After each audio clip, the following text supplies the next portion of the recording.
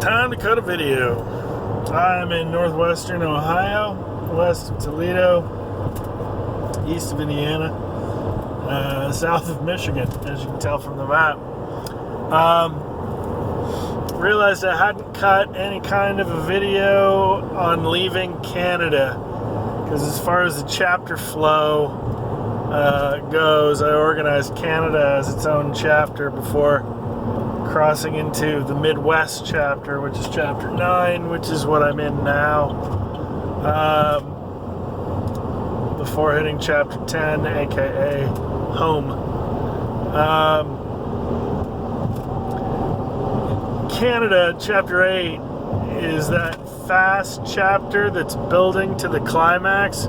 It's really short, but it provides very exciting information that sets up that climactic confrontation. And I say that because Canada was literally 2 days.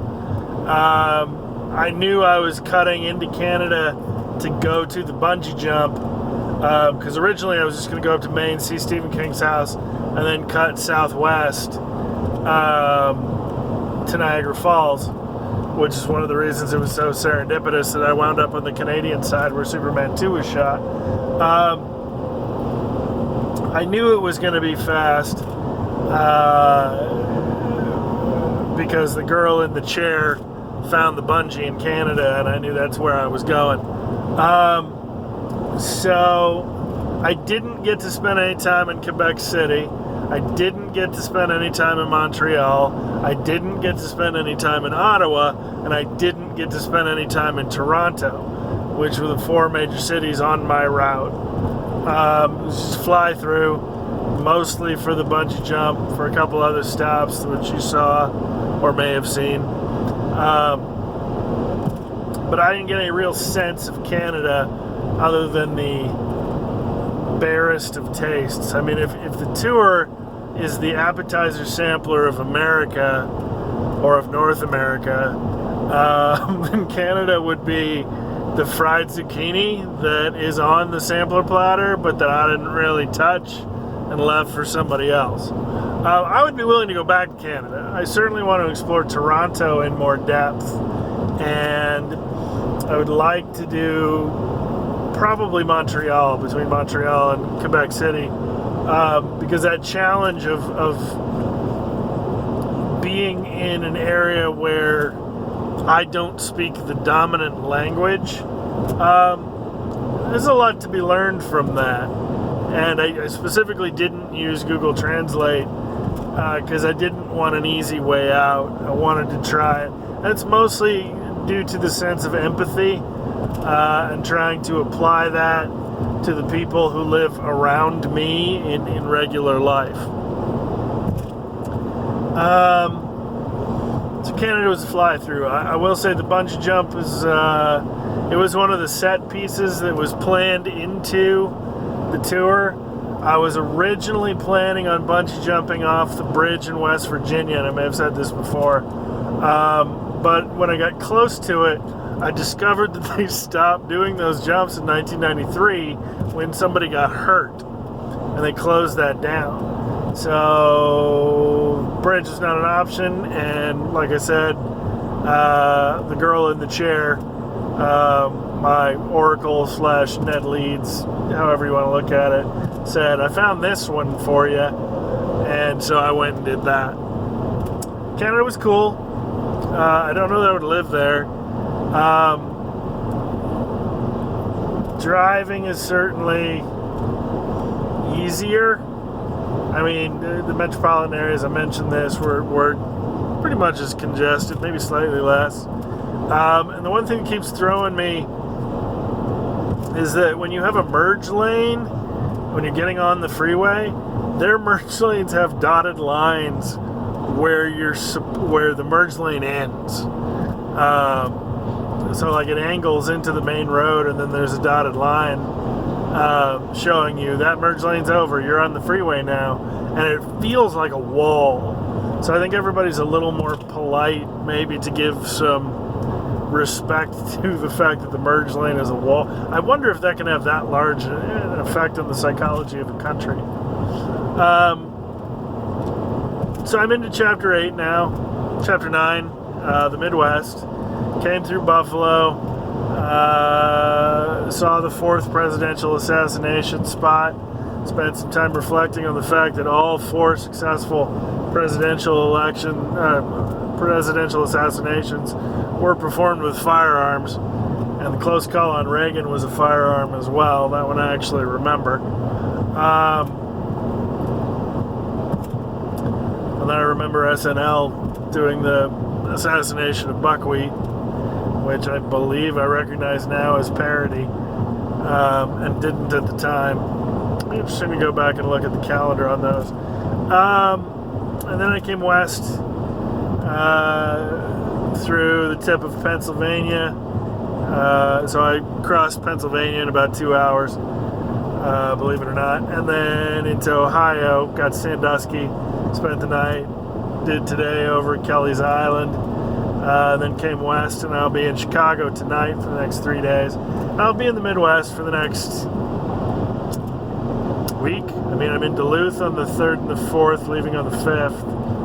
And then I'm back in Boise on the 9th. And I would say Boise is probably the beginning of chapter 10. But the Canada chapter has closed out. Got what I wanted out of that. Maybe I should have tried some different flavors of poutine. Okay. But the one I had on night 1 was, they're not potato wedges and they're not fries. They're somewhere in between. It's like a wedge cut fry, kinda. Plus gravy, plus hunks of cheese, which at first I thought were dumplings, but it was cheese. And it was all right, but I wouldn't eat it regularly. And then there was a poutineerie, which is actually what it was called, next to the La Quinta I stayed in near Toronto. I think it was Oshawa was the name of the city. Oshawa? I don't know how they pronounce it. Didn't ask either. But I wanted to get moving because I knew yesterday was going to be a long day. So I didn't eat at the poutinerie. Yeah, so we're into chapter 9, the Midwest.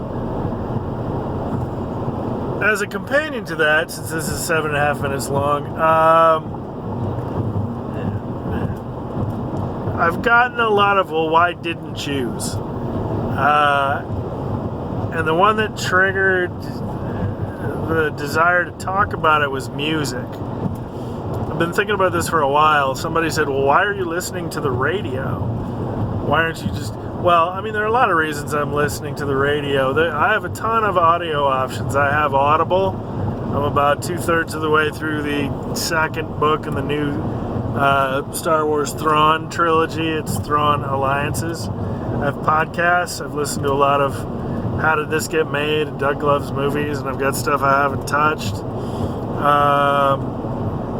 I've got my own playlists, Amazon and Amazon Music. I've got 2 major playlists I listen to there depending on my mood. But the Amazon ones are beholden to having data, and that was a fun piece of the Canada chapter. Audible and the podcasts are downloaded, but that's if I want to listen to spoken word, narrative, comedy, and I mean, they don't fit all moods. So I switch back and forth between things. So sometimes I will listen to the radio as a break from my own taste, to do something I wouldn't normally listen to, and I'll hit seek on the radio until I find a station or that's playing something I like, or that I will enjoy on some level. It's not necessarily even music that I already know. It's just catchy, which is how certain songs wind up on the playlist. And sometimes, and I think this one's more important, I will listen to the radio to get a piece of the psychology of a city. Because I think that's one of the major considerations of the tour is get a feeling for the place that I am, live in that skin, walk in those shoes. Which is why I like hanging out with people I know in a city and having them go, well, what do you want to do? And I go, No, take me where you think I need to see. Oh my God. I was looking for a rest area for almost an hour, and this one was 20 minutes past where I stopped and didn't show up on my search. So, not a big fan of Ohio. Also, this road is a toll road and has been since Toledo. The interstate is a toll road. That bugs the shit out of me. I don't like toll roads. I often set Google Maps to avoid them. And this trip, there's a half an hour difference if I avoid toll roads, and I just felt like doing it. So there's a lot of things that play into the psychology of a city. I like my friends to tell me what they think I need to see. And Melissa in Houston in particular, when that really made me think about what's here and what's important to me about Houston. And I liked my time in Houston. I thought I got a good taste of the city, but also local foods like Walsh and DC, when we don't have any food that's specific to us, so we don't have any real preferences about eating, so we can just go anywhere. But on the other hand, I had to have clam chowder in Boston, and I had to have something lobster related in Maine, and barbecue in several different places in the South. So I had poutine in Canada. The local food's important, the local music is important. But then people ask me, well, why did you eat at Lone Star Grill and Boston Pizza in Canada? And my understanding, a lot of times I will say to somebody local, where would you recommend to go to eat? And today in Ohio, the ferrymaster went, go to Cleats. Cleats is pretty good. It's an Ohio chain based in Columbus. And here's my cultural bias. I searched CLETE''S, found nothing until I realized Cleats is CLEATS, and it's a sports bar, more or less. And I went and I got fish tacos and wings because I asked the waitress the Chris Williams question, what do I need to eat or regret my life choices forever? And she suggested the fish tacos. So I'm getting what the area thinks is indicative of it. That's what I'm looking for. And so Boston Pizza and Lone Star Texas Grill, as I understand it, and I could be wrong, are Canadian chains. I know Boston Pizza was because I talked about it with the person who served me there. I think she was a manager. I was like, why Boston? What does Boston have to do with pizza? And she didn't know. She's like, I don't know. I was like, well, I would think New York or Chicago would be more identified with pizza. I don't know. But it's a Canadian chain. So if it's popular enough to be a chain in Canada, it shows something about what they value and how they think. Same with the radio stations. And classic rock stations in different markets are different. Program directors select different music that fits the interest of their market. So I'm getting what I want out of these choices. Is there another more effective way to do it? Probably. But this trip is a work of improv. So one more thought on music, and then I'll wrap this up. Jennifer Barber Lupardis, I think that's her name. I don't know how to pronounce it. I apologize if I got it wrong. Is familiar with my practice of iPod tarot.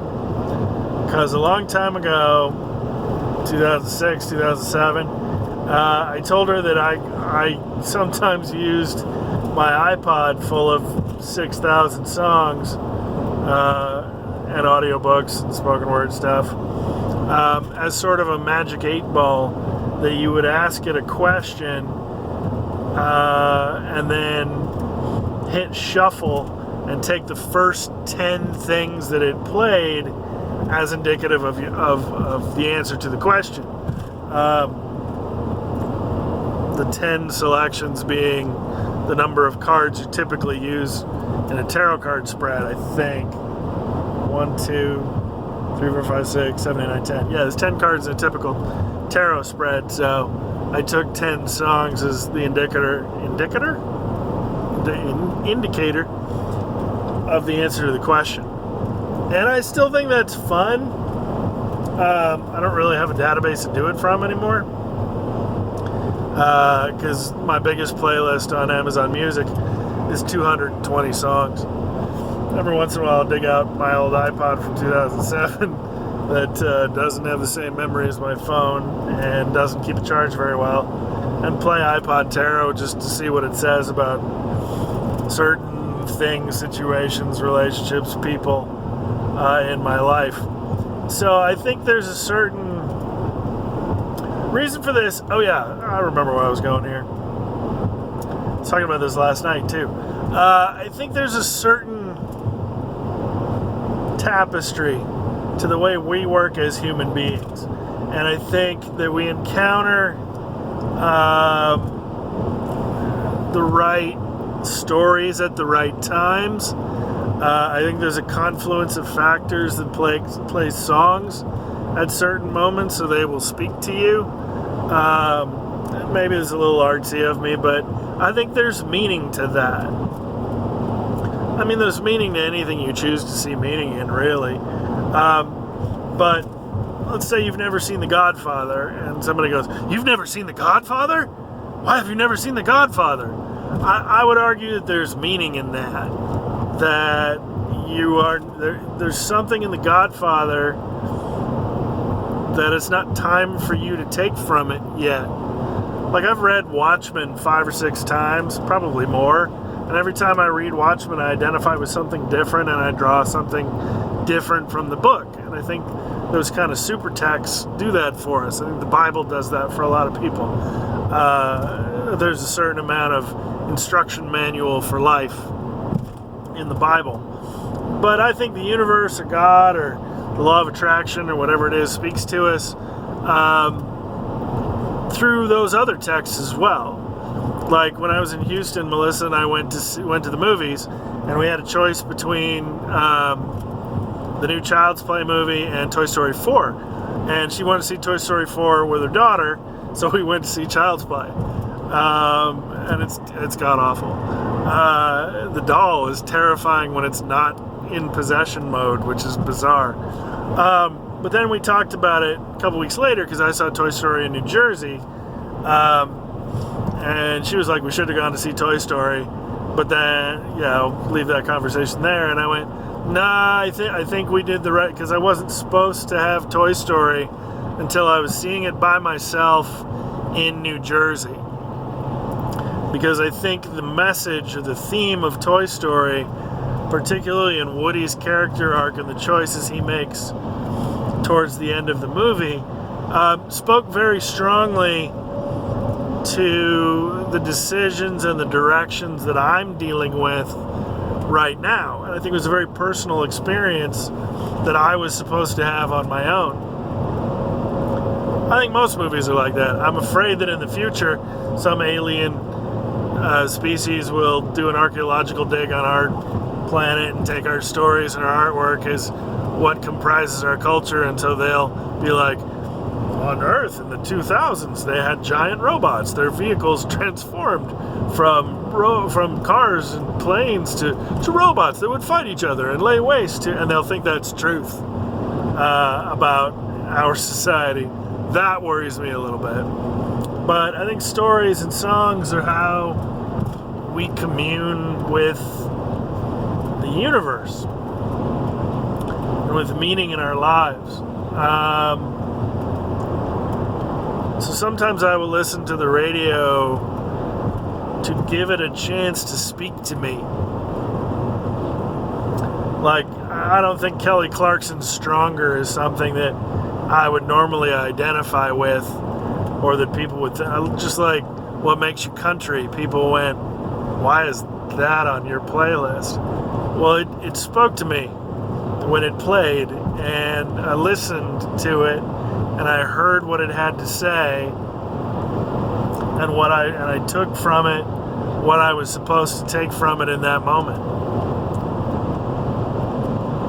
I don't get that experience without listening to the radio. So I listen to the radio sometimes. Cool, got all that out. Next video I cut's probably going to be the next role-playing chapter. We're into chapter 9, the Midwest. I will say, I started this by saying chapter 8, Canada, was that brief interstitial thing that propels the plot towards the climax, like Stephen King tells you what the bad guy does to get into position to really screw up what the good guys are planning to do. It's one of those chapters. Particularly meaningful since I was at King's house a few days ago. I don't think the Midwest, I mean, there's still a lot of big things in chapter 9 that I'm excited about. And I'm on my way to Chicago. Chicago is, I mean, I put up Stephen King's house with the caption Mecca, ? Chicago goes into that category. I've never been to Chicago before, and it is Grand Central Station for improv in the United States. So, in a sense, this is my pilgrimage to Mecca. So, chapter 9, don't think that we're winding down. There's still a lot of big stuff to come in the next, God, what's today, the 23rd, 24th? I don't even know for sure. 23rd would be 8 days left in July, and then 11 days in August. 19 days left to get back to Bakersfield. 19 days, less than 3 weeks left in the tour. There's still a whole lot left to do. Due for a haircut. See ya. Peace.